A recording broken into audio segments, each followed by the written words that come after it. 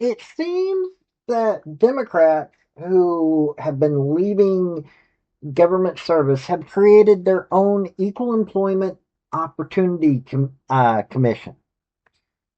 They are upset that the federal government under Donald Trump are not protecting those with the mental illness that tells them that they are a gender that they weren't born as. Seriously, you have all of these liberal individuals that have gone out there and they've created their own little shadow organization so that they can sue companies that they feel aren't protecting the mentally ill like they think they should be protected. Never mind the fact that these mentally ill individuals are committing so many violent crimes, and then on top of that, they're so unstable that they're taking their own lives. And don't tell me that it's because of how they're treated. It isn't. In the countries that they are treated really well, they still take their own lives. It's a mental illness. You should be treating their mental illness, not trying to protect their little made up hallucinogenic worldview. But this is what the Democrats are doing now. And so this is going to be yet another thing that companies have to worry about, that you've got all of these people suing them for these fake diagnoses. Oh, but you really are this different gender, even though you were born as a male or a female. Seriously. The only people that actually have gender dysphoria are those people who were born intersex, and it is a very rare thing. I think it's less than 1%. I've only heard about one case in real life from somebody who actually was there, not somebody who I heard on TV. This was a nurse when I was a young kid, and I do mean a young kid. I was in the fifth grade. It's the only time I've ever heard of an intersex kid being born. I've worked around with folks in the LGBT community. I have never heard of anybody else being born intersex. It is so rare. Those are the only people that truly can have gender dysphoria. These folks that have a mental illness or are just some kind of person into kinky stuff, those folks, okay, if they're an adult, but it doesn't mean that everybody else needs to fall into their hallucinogenic worldview that's all made up. But you have Democrats that are now going out of their way, since the government's not protecting these mentally ill individuals. Now they're going to protect them. I, I don't know how silly this is. I can't explain how silly I think this is, but you should know about it because you may work for one of the companies that may get sued by these different groups that are working to protect these mentally ill individuals. They're unstable on top of that. These people are unstable.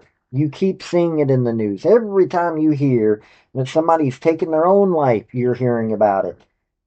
This is the problem with this whole situation.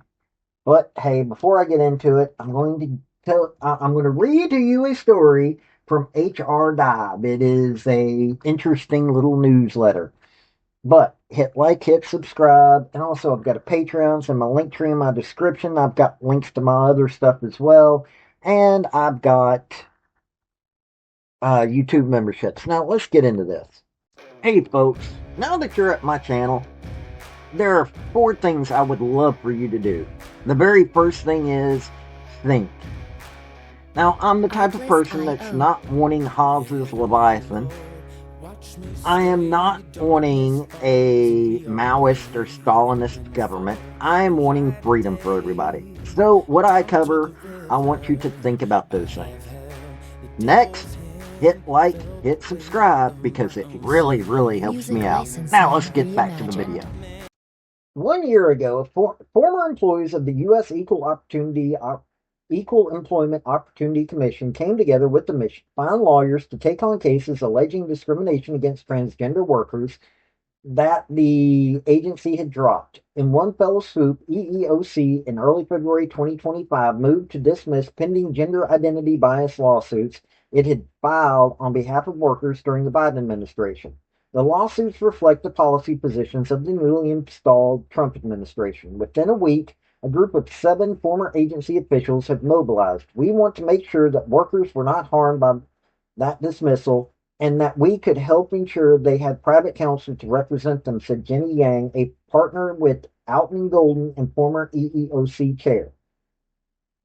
The shift started with one of the first executive orders President Donald Trump signed the day he took office, defending women from gender ideology extremism and restoring biological truth to the federal government.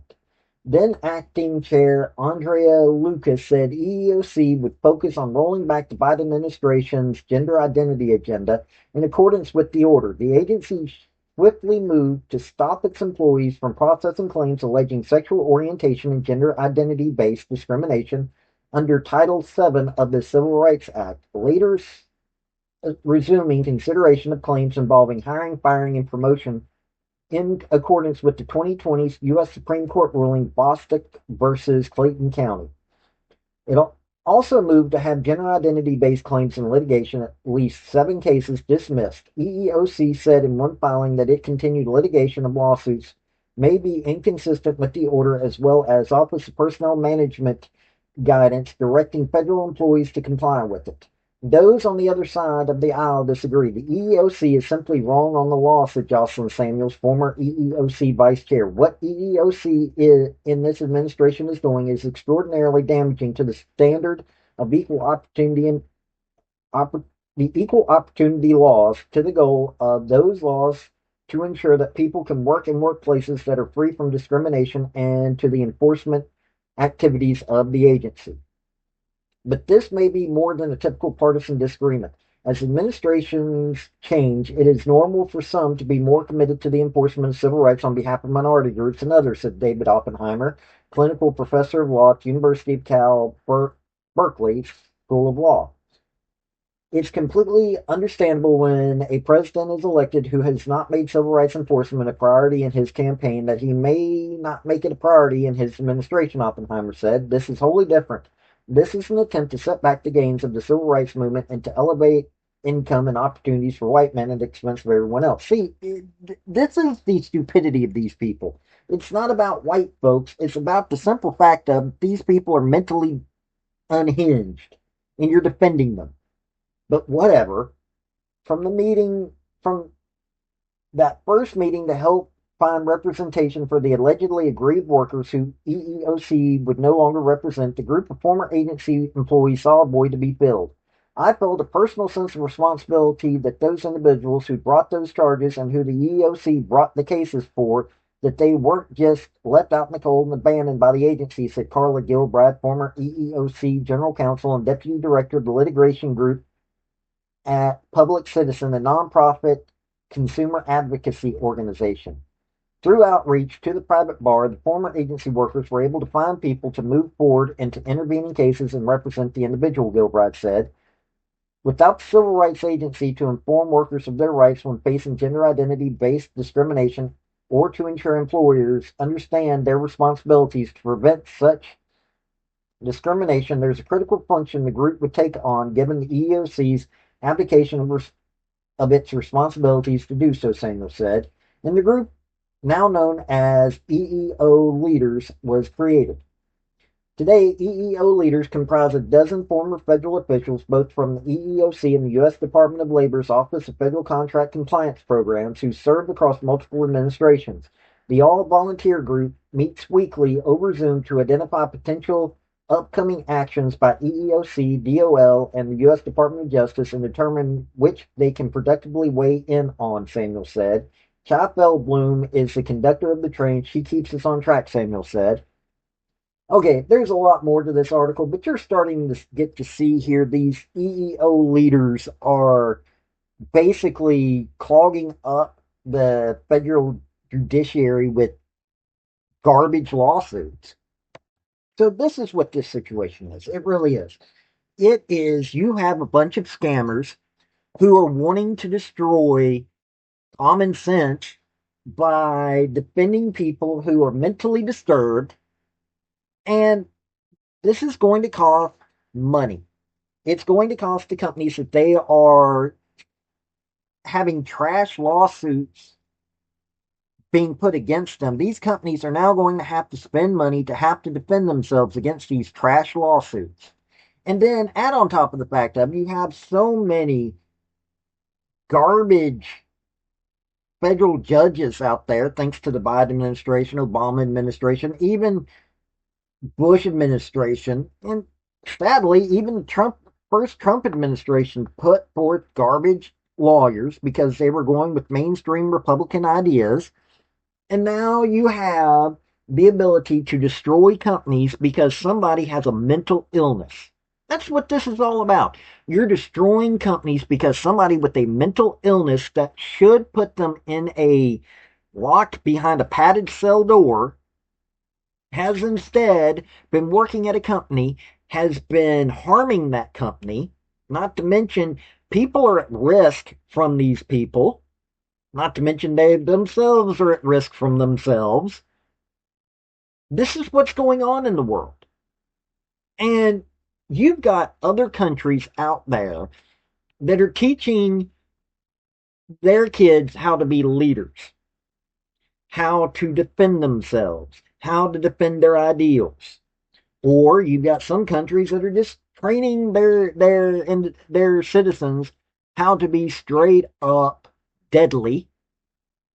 But no, what we're teaching our kids is that we can be weak little things that are little betas running around, and we're going to defend you so you can wear a dress when you're a guy and put on a little bit of makeup, and we're going to defend your right to look like you're mentally ill and be mentally ill. This is what's going on in this country. We need to stop this. But you're seeing what Democrats are doing. These are the people that are defending Antifa. These are the people that are defending the Ayatollahs. These are the people that are defending all of the laws and actions of the governments, two governments in particular, Italy from the 20s till 1942-ish, or the German government from the 1932 to 1945. This is because those same laws are what, every time you listen to what they say that they want, gun control, universal health care, all of that, you take a look at what those two governments wanted themselves. This is what they're defending. They're defending they're defending those ideals of the most vile humans that have ever been on this earth. And of course, they need little followers, little beta followers. Well, the trans movement are little beta followers that are helping them achieve their goals. And they're brainwashing kids into believing that they're these little things. It's time that we end this. This has been Paul, the Redneck Thinker. Y'all have a good day now. Bye. Hey, folks, before you leave, if you can't become a member via my YouTube channel, which that's for my thinker, I've also got sports. I've got a Patreon. If you really, really want to help me out, I would be much appreciated. But hey, hitting like, hit subscribe, hit commenting, all those things really help me out.